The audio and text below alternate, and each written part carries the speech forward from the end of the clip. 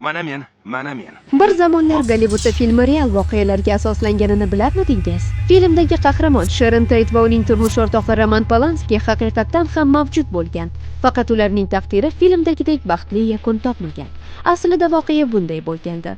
Zo'ravonlik va irqiy urushni targ'ib qilgan Charles Mansonning jinoiy guruhi Polanskilar uyiga bostirib kirgan. Voqea paytida uyda 5 nafar kishi bor edi. Sharon va uning 4 do'sti. Bosqinchilar ularning barchasini pichoqlab o'ldirgan. Polanski Yevropada ish safarida bo'lgani sabab uyda emasdi.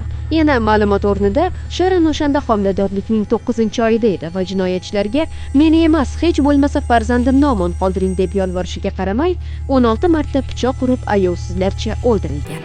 Yetmaganiga uydan chiqib ketishdan avval jinoyatchilar Sharonning qoni bilan devorga pig, ya'ni cho'chqa deb yozib ketishadi.